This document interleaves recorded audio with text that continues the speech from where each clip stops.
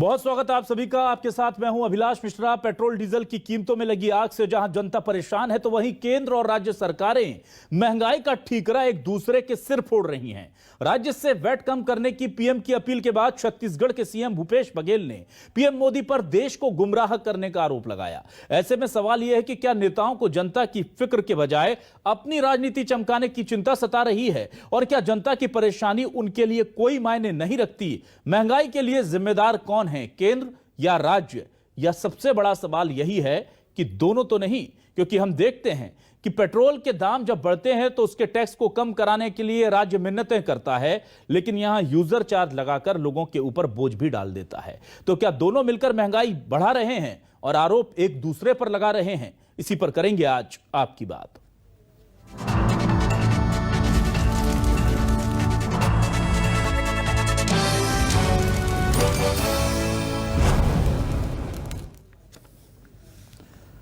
तो आइए सबसे पहले आपको सुनाते हैं पीएम मोदी का वो बयान जिसमें उन्होंने राज्यों से वैट कम करने को कहा, और इसलिए कहा ताकि महंगाई से जनता को कुछ राहत मिले। लेकिन उस पर सीएम भूपेश बघेल ने क्या पलटवार किया है, यह भी सुनिए। केंद्र सरकार ने राज्यों से भी आग्रह किया था कि वो अपने यहां टैक्स कम करे और ये बेनिफिट नागरिकों को ट्रांसफर करे। इसके बाद कुछ राज्यों ने तो भारत सरकार की इस भावना के अनुरूप यहां टैक्स कम कर दिया, लेकिन कुछ राज्यों द्वारा अपने राज्य के लोगों को इसका कोई लाभ नहीं दिया गया।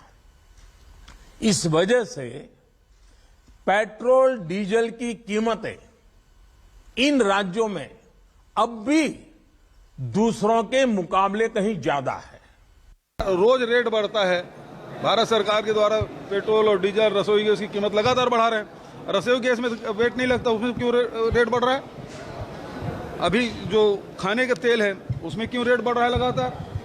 तो लगातार भारत सरकार ये आम आदमी को बहकावे में लाने के लिए झांसा देने जैसी बात है कि महंगाई हमारे कारण से नहीं, केंद्र कारण से नहीं, राज्यों कारण बढ़ रहा है। यदि राज्यों कारण से बढ़ रहा है तो आप क्यों बढ़ा रहे हैं रेट? रोज कभी 80 पैसा, कभी 1.5 रुपया, 12 दिन में 10 रुपया बढ़ गया था पेट्रोल और डीजल के भाव। तो अब इसलिए प्रधानमंत्री को देश को गुमराह नहीं करना चाहिए। तो पीएम को देश को गुमराह नहीं करना चाहिए। बड़ा सवाल क्या है, हम आपको अपने सवाल दिखाते हैं। न्यूज 24 मध्य प्रदेश छत्तीसगढ़ के सवाल आपको हम दिखा रहे हैं। पेट्रोल डीजल की कीमत में लगी आग, पीएम की अपील की या सियासी राग? बड़ा सवाल है। जब केंद्र सेस बढ़ाए तो राज्य क्यों वैट घटाएं, यह भी कह रहा है कांग्रेस का। राज्य का यूजर चार्ज सही तो केंद्र का एक्साइज क्यों नहीं? बीजेपी पूछ रही कि आप यूजर चार्ज लगाते तब जनता की याद नहीं आती। महंगाई के लिए कौन जिम्मेदार, केंद्र या फिर राज्य सरकार? यह सबसे बड़ा सवाल है। दोनों एक दूसरे की तरफ उंगली करके खड़े हो जाते हैं कि देखिए ये हैं वो आरोपी लोग जो महंगाई को बढ़ा रहे हैं।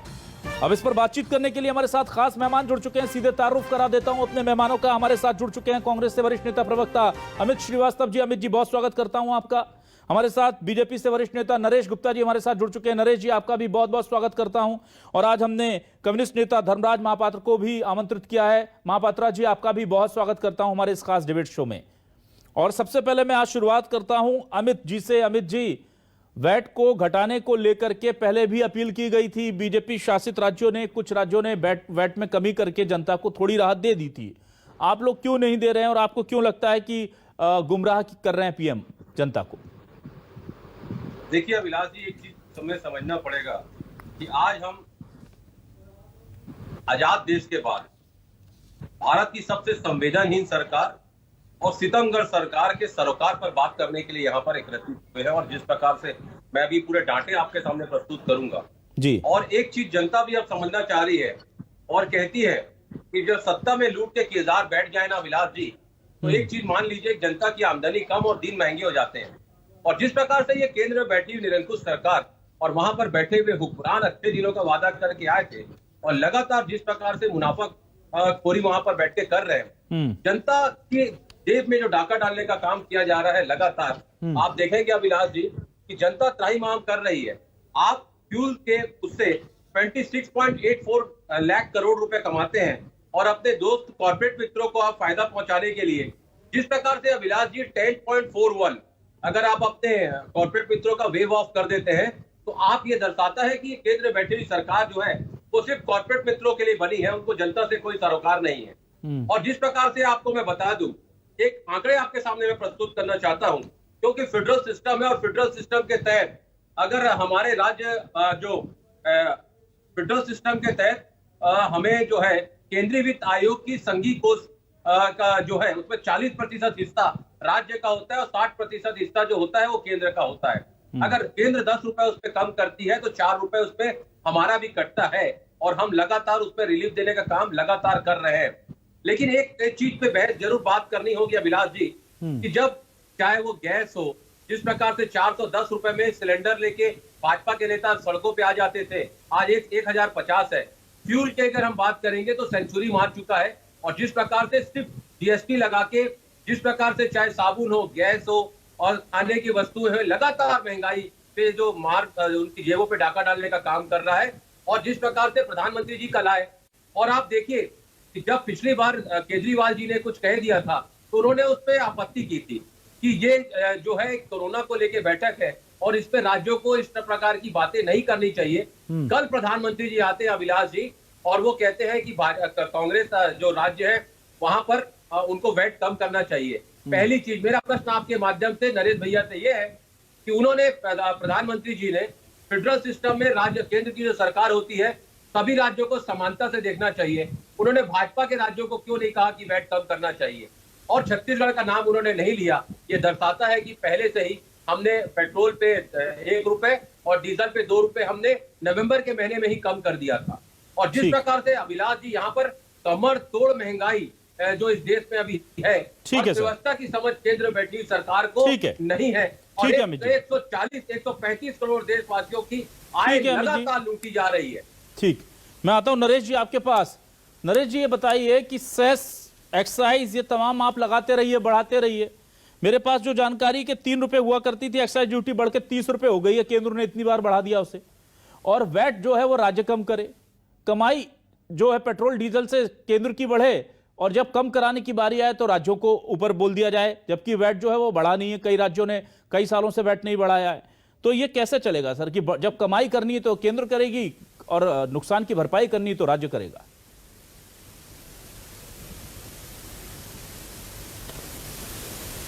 देखिए सर, सबसे पहली बात तो जिन अमर्यादित भाषा शैली का उपयोग इस प्रदेश के मुख्यमंत्री और उनके नेतागण कर रहे हैं, इस देश के प्रधानमंत्री के लिए, किसी व्यक्ति विशेष के लिए नहीं, ये शायद मुझे लगता है कि बहुत निचला स्तर हो गया है राजनीति का और बहुत निकृष्ट स्तर तक लोग आ चुके हैं। इस निचले स्तर तक लोगों को बयानबाजी से परहेज करना चाहिए। हर चीज की राजनीति नहीं होती है।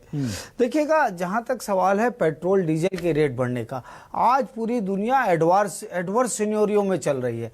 पूरी दुनिया में हाहाकार मचा हुआ है। आज यूक्रेन वार की वजह से, यूक्रेन और रशिया की वार की वजह से सारी सिस्टम डिरेल्ड हो चुकी है पूरी दुनिया में। Not only petroleum products, food grains के भी आइटम्स की पूरी दुनिया में क्राइसिस हो रखी हैं, उसके भी रेट बढ़ चुके हैं। लेकिन कांग्रेस के लोगों को क्या समझ में आ रहा है साहब? देखिए, हिंदुस्तान में कोल का कितना बड़ा क्राइसिस शुरू हो गया। क्यों हुआ? जो इंडस्ट्रीज चला, मैं कोल पे नहीं जा रहा हूं, मैं आपको इसका एग्जांपल दे रहा हूं। कोल का जो इंडस्ट्रीज इंपोर्टेड कोल यूज करती थी उसका कॉस्ट बढ़ गया all of sudden due to this war. 2 to 3 times बढ़ गया वो। चलिए, वार के पहले भी तो उसके कारण वो डोमेस्टिक इस पे वॉर के पहले भी तो कहां पेट्रोल यूज नहीं करते थे, दाम कम थे? मुझे बताइए, वॉर के पहले भी तो बीजेपी ने अपनी पूर्ववर्ती सरकारों से ज्यादा ही महंगाई हो गई थी ना सर। मैं आपको सर देखिएगा, पेट्रोल और डीजल के भाव क्यों बढ़े थे और उस पर कितना पैसा स्टेट को ट्रांसफर होता था, कितना पैसा स्टेट को जाता है एक्साइज का। अब देश के उसका पैसा कैटेगोरिकली लिखा हुआ ना, कितना रुपया कहाँ सेस का जा रहा है। ये तो नहीं बोला कि सेस का पैसा जनरल कंसोलिडेटेड फंड में जा रहा है। ये तो छत्तीसगढ़ की सरकार की टाइप अमर्यादित काम नहीं है ना, जो शराब पर सेस लगाया और उसका 1 पैसा खर्चा नहीं किया। कोरोना काल में शराब पे सेस लगाकर 1 पैसा नहीं खर्चा किया, वो काम तो नहीं कर रही ना सरकार। रोड के इंफ्रास्ट्रक्चर में सारे पैसे ट्रांसफर हो रहे हैं। तो ये नियत का फर्क है साहब। छत्तीसगढ़ सरकार ने एक पैसा नहीं खर्चा किया जिस ऑब्जेक्ट के लिए लिया। कोरोना में लोग मर गए, लोगों को व्यवस्था नहीं दी, कोरोना के इंफ्रास्ट्रक्चर के डेवलप के लिए और उसके हेल्थ के डेवलपमेंट के लिए पैसा लेंगे करके 600 करोड़ रुपया कलेक्ट कर लिया उसके लिए, लेकिन एक पैसा नहीं खर्चा किया। ये नियत का सवाल है, ये सोच है इनकी। और आपको अभी जो प्राइस हाइक की बात है, सेंट्रल गवर्नमेंट ने किसी को, ये प्रधानमंत्री जी ये नहीं कहा कि आपने नहीं किया, कुछ स्टेट्स ने नहीं किया है, तो वो कुछ स्टेट्स ने नहीं किया है तो वो नहीं किया है, जो किया है उसके लिए वेलकम है। और उन्होंने ये कहा कि आप कम करके राहत दे दीजिए, लेकिन जो सेंट्रल जो पैसा बढ़ा रही है उसका आपको बेनिफिट स्टेट को तो आ ही रहा है ना। जिस दिन सेंट्रल कम बढ़ाती है उस दिन तो आप नहीं बोलते हम इतना पैसा नहीं लेंगे इस पे, उस दिन तो आपकी ड्यूटी बढ़ती है ना, उस पे धर्मराज जी के पास आता हूं। एक्सेस मिलता है ना आपको, महापात्रा तो नहीं फार्गो करते हैं आप। ठीक है महापात्रा जी, मुझे बताइए, जब बीजेपी शासित जो केंद्र सरकार है वो जब से आई है तब से महंगाई बढ़ रही है, और ये कह करके आई है कि बहुत हुई महंगाई की मार, अब की बार मोदी सरकार। और ये भी सही है कि चाहे अनाज हो, चाहे दवाएं हो, चाहे तेल हो, चाहे पेट्रोल हो, चाहे डीजल हो, ऐसा कोई सेक्टर नहीं है जहां महंगाई नहीं बढ़ी। तो जनता तो उसी हालात में है जिसमें पहले थी।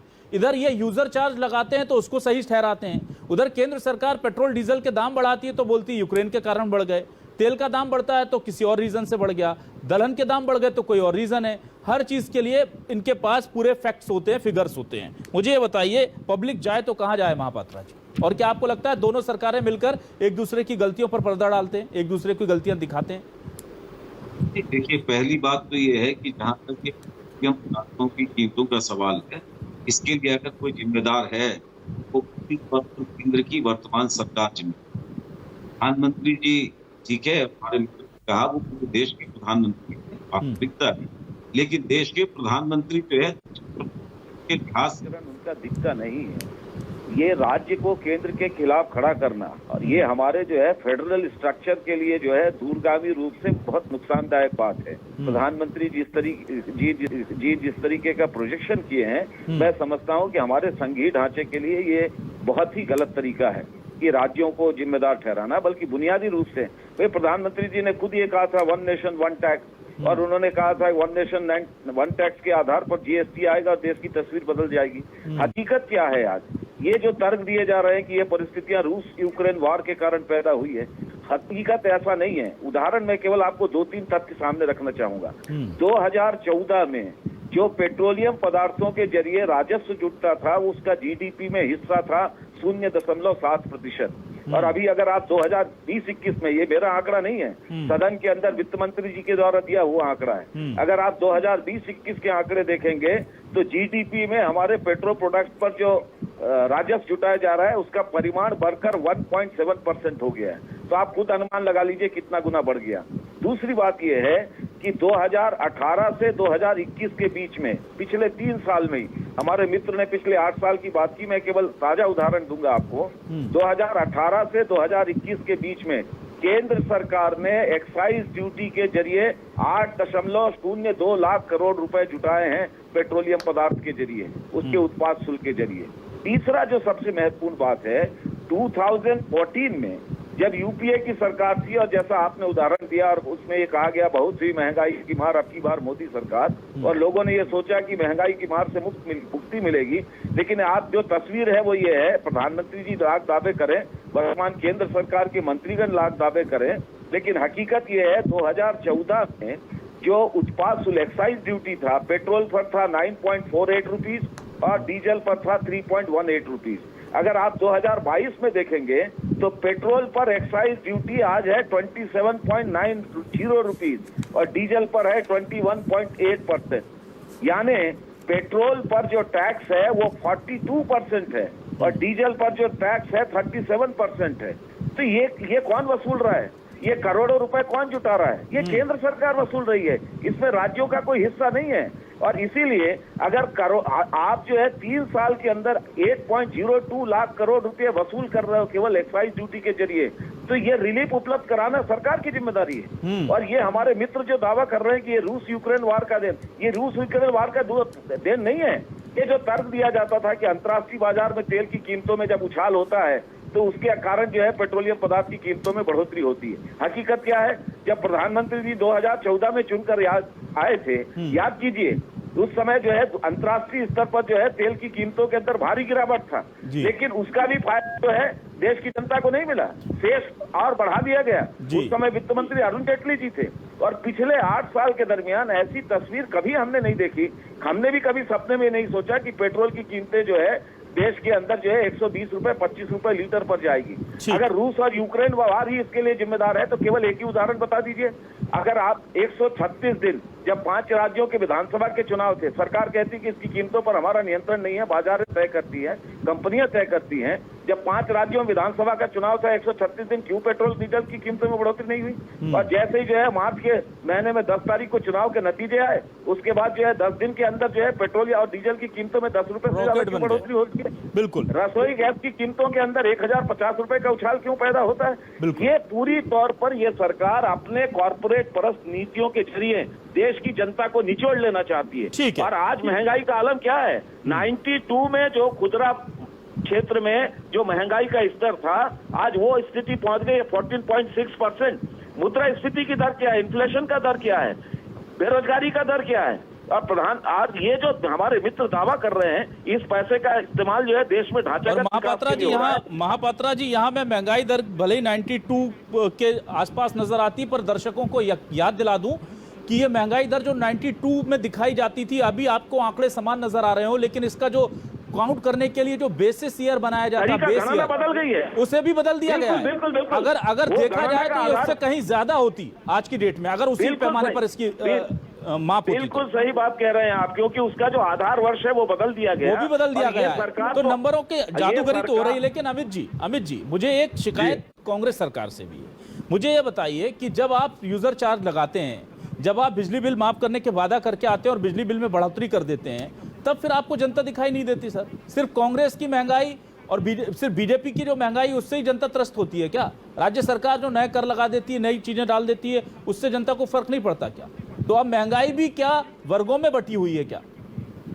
देखिए, जब हम वादा करके आते हैं बिजली बिल हाफ और यहाँ पर माफ करते हैं, तो आपको बता दूं 38 लाख से ज्यादा परिवार उससे लाभान्वित भी होते हैं। और उसमें भी आपको मैं बता दूं कि बीपीएल परिवारों को 19 लाख से ज्यादा परिवार उससे भी लाभान्वित होते हैं। और हमने जो बढ़ाया, अगर आप देखेंगे as compare to other state, nominal हमने बढ़ाया साहब। और एक चीज आपको मैं बता दूं, बीजेपी वादा करके आती है कि हम आय बढ़ाएंगे, चुनाव के बाद वो महंगाई बढ़ा देती है। और बढ़ती हुई महंगाई और घटती हुई कमाई को देख के अब आज जनता पूछ रही है दुखी जनता, आज क्यों इतनी महंगाई है? अच्छे दिनों का वादा करके कहां बैठा वो हरजाई है। मैं आपके सामने एक आंकड़े प्रस्तुत करना चाहता हूं अभिलाष जी। मोदी सरकार की इन 7 सालों में कुशासन के कारण पेट्रोल और डीजल में जो उनके दामों में जो अविवेकपूर्ण बढ़ोतरी हुई है, मैं उसके कुछ आंकड़े आपके सामने प्रस्तुत करना चाहता हूँ। जब वो आए थे उन्होंने कहा था मेरी किस्मत के कारण आप चलिए पेट्रोल डीजल के जब दाम कम हो रहे हैं, अगर वहां पर, तो आपको मैं क्रूड ऑयल का बता दूं 2000 जो महापात्रा भैया ने अभी कहा, अगर आप कहते हैं कि हमारे हाथ में नहीं है, तो बंगाल चुनाव के बाद 137 दिन तक प्राइस हाइक क्यों नहीं हुआ? उसके बाद 2014 में अंतरराष्ट्रीय बाजार में कच्चे तेल की कीमत $103 प्रति बैरल थी। तब यूपीए में हमारे प्रधानमंत्री मनमोहन सिंह जी थे और पेट्रोल की कीमत थी 72 रुपीज। अब आपको मैं बता दूं कि लगातार क्रूड ऑयल की कीमत आज 69.15 प्रति बैरल है और पेट्रोल और डीजल सेंचुरी मार रहा है। क्रूड ऑयल की कीमतों में 36% की कमी आई है। और आपको मैं बताना चाहता हूं, और पेट्रोल के दामों में 31% से ज्यादा और पेट्रोल डीजल में 55% से ज्यादा कीमतों में उछाल आया है। और सिर्फ मैं आपको बताना चाहता हूं 2014 में जब भाजपा की सरकार आई थी 18 रुपए प्रति लीटर और डीजल की कीमत में 19 लीटर प्रति लीटर की बढ़ोतरी की गई थी। और उसी प्रकार से जिस प्रकार से भैया ने कहा 10 तारीख के बाद 12 दिनों के अंदर 10 रुपए रोज 80 पैसा उन्होंने बढ़ा दिया। अमित जी बहुत अच्छे आंकड़े आपने हमारे जनता को बताया। अमित जी अभिलाष जी जस्ट गिव मी 10 सेकेंड। देखिए 2014 में एक्साइज ड्यूटी हमारे समय में 3.56 थी, इनके समय में 31.80। और उसी के पेट्रोल की अगर आप एक्साइज ड्यूटी की मैं बात करूंगा 10 गुना से ज्यादा इन्होंने बढ़ाया। ये है संवेदनशील सरकार, ये संवेदनहीन सरकार है। और आम आदमी की जेब में डाका डालने का लगातार प्रयास कर रहे हैं। अमित जी आपने बहुत सारे आंकड़े गिनाए। मैं अपनी पीसीआर टीम से जरा दरख्वास्त करूंगा कि एक वो जो राज्यों का कंपैरिजन था वो ग्राफिक्स जरा फुल स्क्रीन दिखाएं और मैं अपने दर्शकों को दिखा दूं कि बीजेपी शासित राज्यों में क्या है वेट और कांग्रेस शासित राज्यों में क्या है बैठ, क्योंकि आंकड़े और तस्वीर हम पूरी कोशिश करते हैं कि चाहे उसमें बीजेपी विलेन बने या कांग्रेस विलेन बने, जो गलत है वो दिखना चाहिए, जो सच्चाई है वो नजर आनी चाहिए। जरा वो ग्राफिक्स दिखाइए जिसमें पेट्रोल के वैट को लेकर यह स्थिति देखिए। बीजेपी शासित राज्य यूपी में 16% है, राजस्थान में 30% है करीब। बीजेपी शासित राज्य असम में 17% है, महाराष्ट्र में 32% है। बीजेपी शासित राज्य उत्तराखंड में 14% है, 26.24 दूसरे में है। केरल में 27% है, हिमाचल में 16% है, गुजरात में 16% है, आंध्र प्रदेश में 32% है। यह मैं इसलिए दिखा रहा हूं सर कि ये जो आप लोग जो मीठा मीठा बोलते हैं ना सर, उसके पीछे की कड़वाहट को दोनों छिपा ले जाते हैं। और हमारा तो काम ही है कि जहां पर जो गड़बड़ी दिख रही है हमें, वो हम जनता को दिखाएं, ताकि जनता इस शो को देखने के बाद उससे लगे कि उसे असल तस्वीर समझ में आ रही है। और मैं बार बार जैसे महापात्रा जी कह रहा हूं कि दोनों ही मुझे लगता है कि अपनी अपनी जगह पर जिम्मेदार हैं। नरेश जी, यह आंकड़ा आपके फेवर में जाता है कि बीजेपी शासित राज्यों में वैट लगभग आधा है और बाकी कांग्रेस शासित राज्यों ने पेट्रोल डीजल पर लगभग डबल कमाई कर रहे हैं और उस पर केंद्र को उंगली दिखा रहे हैं कि आप ज्यादा कमा रहे हैं। कैसे देखते हैं आप?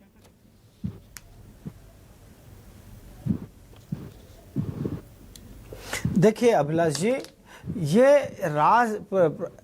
राज्यों को समझना होगा। आप सेंट्रल गवर्नमेंट है, यूनियन ऑफ इंडिया है, उसकी उस मर्यादित स्वरूप पे और मर्यादाओं में लोगों को बात करना चाहिए। और सबसे जिस बात को मैंने शुरुआत करी है, आप प्रधानमंत्री जी ने ये नहीं कहा कि आप करिए, उनका एक सजेशन था, उनका रिक्वेस्ट था। He has requested to the state कि आप काम करके कुछ उनको राहत दे दीजिए।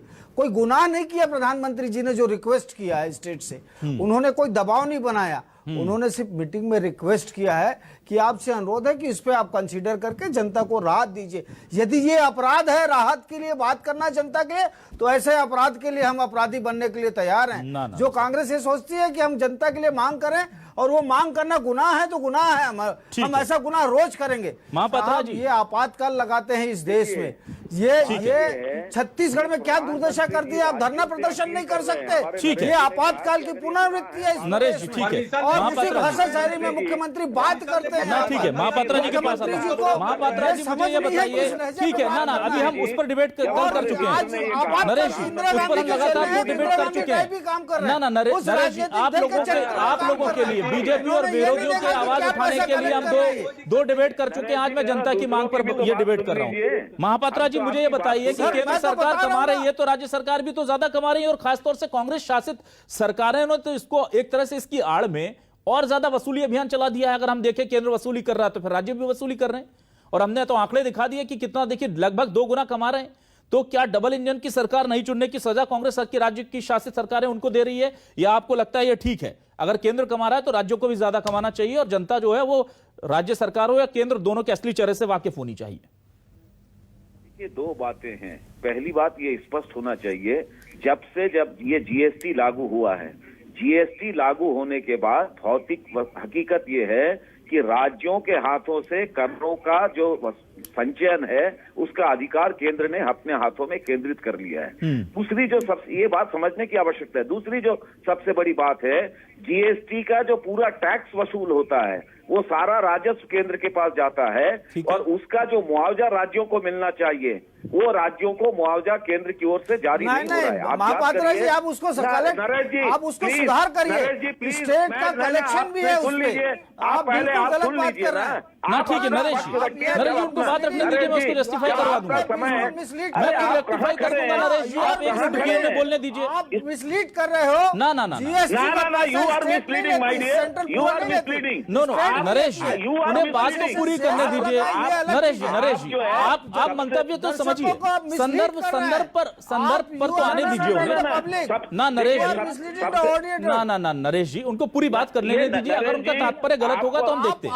आप जीएसटी के कांसेप्ट को समझिए। आपको धीरज होना है, ये सबसे बड़ी विडंबना है। गुप्ता जी, नरेश जी, दूसरों की आवाज सुनना नहीं, नरेश जी उनको दूसरों का थोपना, आप गलत बोलोगे तो उसको सुधारने का मेरी जवाबदारी है। ये गलत है। बात तो पूरी होने दीजिए नरेश जी। को दिग्भ्रमित कर रहा है। ना नरेश जी, पहला कौन सा सेंटेंस बोला जाना है ये नरेश जी, ये पहले नरेश जी, ये तो उनके ऊपर डिसाइड करेगा ना कि पहले कौन सा सेंटेंस बोलेंगे। बात पूरी हो जाने दीजिए, अगर उनकी बात का अर्थ गलत निकलता है तब आप उनको इंटरवेन कीजिए प्लीज। हाँ, धर्मराज जी प्लीज। देखिए सबसे बड़ी बात वस्तुओं को पहले ही केंद्र ने बांध दिया है।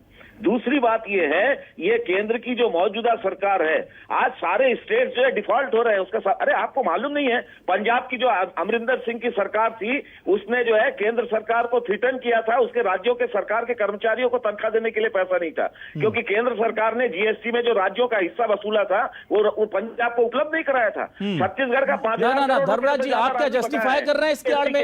ना धर्मराज जी, जीएसटी नहीं मिल रहा केंद्र से, इसलिए क्या पेट्रोल पर ज्यादा टैक्स वसूलेंगी राज्य सरकार? नहीं, मैं दो बात कह रहा हूँ आपसे। मैं ये कह रहा हूँ राज्यों को आसान है। अरे नरेश जी आप सुन पूरा लीजिए, सिस्टम को राज्यों समझने को कैसा वैट के पैसा मामले आता में है। जो कदम उठाना आप चाहिए सिस्टम को वो ठीक समझिए, है, पैसा ठीक है, है, उठाएं। आपका। हम राज्य की ओर से भी गलत सिस्टम वसूली कैसा के खिलाफ वक्त खत्म हो गया। ना वक्त खत्म हो गया है। मैं पेट्रोल के तेल के खेल के, महापात्रा जी, आज वक्त खत्म हो गया है, लेकिन इस पेट्रोल के खेल में असली विलेन कौन है, इसको लेकर के जब बीजेपी से पूछेंगे तो कांग्रेस की तरफ इशारा होगा, कांग्रेस से पूछेंगे तो बीजेपी की तरफ इशारा होगा। आज हमने पूरी सच्चाई उजागर की है। केंद्र सरकार ने 8 से 26 लाख करोड़ तक कमा लिए ज्यादा सिर्फ पेट्रोल डीजल में कुछ सालों में।